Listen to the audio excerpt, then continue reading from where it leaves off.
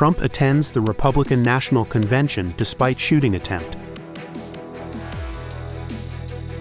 Poland considers downing Russian missiles over Ukraine. Should on-street car parking be piloted? You're watching today's news on NTV channel. My name is Ha Zhang, your host. A day after surviving an assassination attempt, former U.S. President Donald Trump arrived to Milwaukee in Wisconsin to attend the Republican National Convention, the most significant gathering for the party before the official election in November. Upon landing at Milwaukee Airport, Trump was escorted to the city center to participate in the convention. His campaign team reported that he remained in good health following the incident. On social media, Trump emphasized that this is a time for the United States and American people to be united, strong, steadfast, and fearlessness. The four-day Republican National Convention is expected to receive 50,000 attendees. About 40 law enforcement agencies in Wisconsin, along with officials from the federal and other state agencies, are responsible for ensuring security. Republican key members are anticipated to deliver speeches on policies, the party's future, and as well as lobby people to cast their vote. The participants will nominate president and vice president candidate, and Trump is expected to be officially nominated as the Republican nominee running for the White House at this event. Poland is considering Ukraine's proposal to intercept Russian missiles that could potentially encroach into Polish territory on their way to attack Ukrainian cities. The Polish Foreign Minister Radosław Sikorski mentioned that some missiles fired from Russia had entered Polish airspace for around 40 seconds before targeting locations within Ukraine. However, Poland has not yet made a decision on Ukraine's proposal due to concerns about the potential danger to Polish citizens and property from missile debris.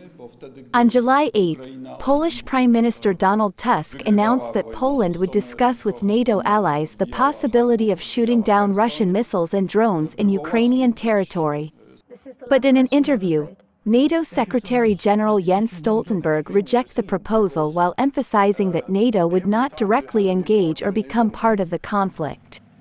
However, Stoltenberg also indicated that Ukraine has the right to target military objectives on Russian territory.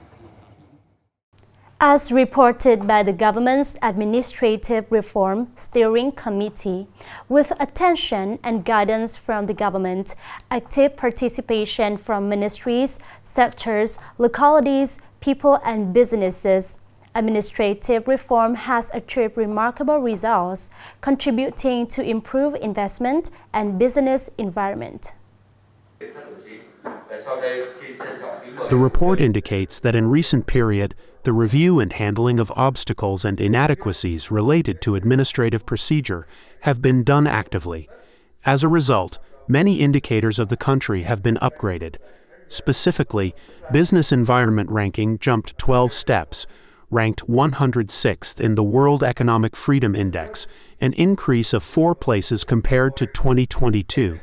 Additionally, Vietnam is ranked 46th out of 132 countries and economies in the Global Innovation Index, leaping 2 places from 2022. Institutional and administrative procedure reform continue to be focused. The rearrangement and completion of organizations, job positions, and salary also yielded positive results. Coming up next are some updated news. According to the Vietnam National Tourism Administration, in the first 6 months of this year, the country has welcomed nearly 9 million international visitors for sightseeing and leisure, exceeding 50% of the target set for 2024. In June, despite of low tourism season, the number of international visitors is 5.3% higher than the same period in 2019, before the COVID-19 pandemic. This shows a rapid recovery of Vietnam's tourism. The tourism industry expects that in the last 6 months of 2024, The number of international visitors will continue to grow significantly to quickly hit the target of welcoming 18 million international visitors, even reaching 19 to 20 million visitors for the whole year.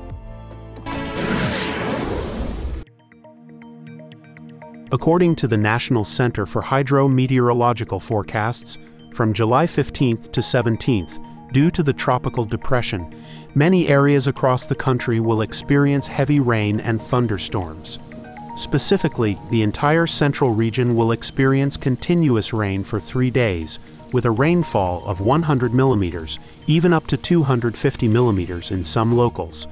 The tropical depression also brings strong gusts of wind to many coastal areas, with waves ranging from 2 to 4 meters.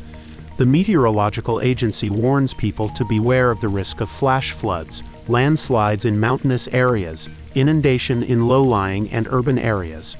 Thunderstorms may be accompanied by tornadoes, lightning, hail, and strong gusts of wind. At dawn this morning, according to Vietnamese time, the Spanish national football team has once again proved its strength by beating England in the final to win their 4th championship in the largest European football tournament. Immediately after the victory, thousands of Spaniards poured into the streets to celebrate their team's historic trophy at Euro 2024. This win has made Spain the most successful team in the history of European tournament, surpassing Germany. With 15 goals scored in every match, Spain has also become the team with the most goals in a single Euro in history, surpassing France's best record with 14 goals in 1984. The Bulls is also the first team to set a record of winning all 7 matches in a single Euro tournament.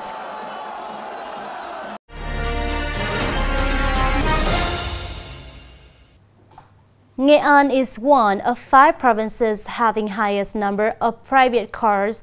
Nearly 70% of these are in Vinh City.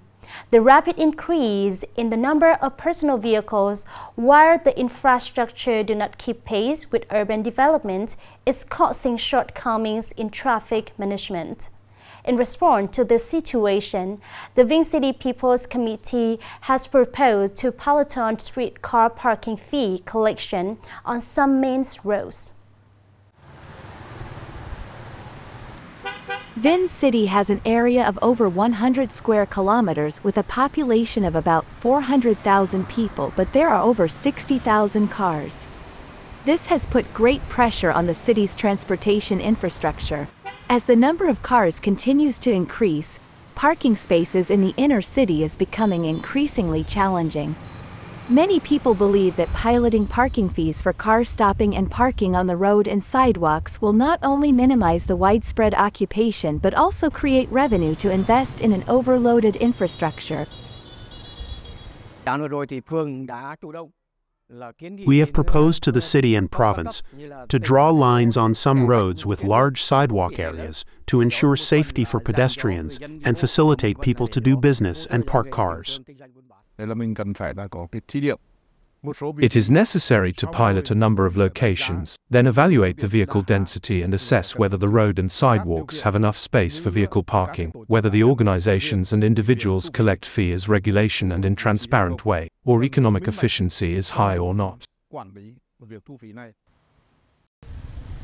Vinh City plays a vital role in the north-south transportation route. Piloting parking fees for stopping and parking cars on the road and sidewalks is necessary but should only be considered as a temporary solution. In the future, Vinh City will integrate parking planning into the zoning plan for the 25 wards and communes that have been approved by the Provincial People's Committee. Implementing these fundamental solutions will address the issue of insufficient car stopping and parking spaces in the inner city, contributing to the construction of civilized and modern city. The latest news had ended our bulletin today. Thank you for watching and see you next time.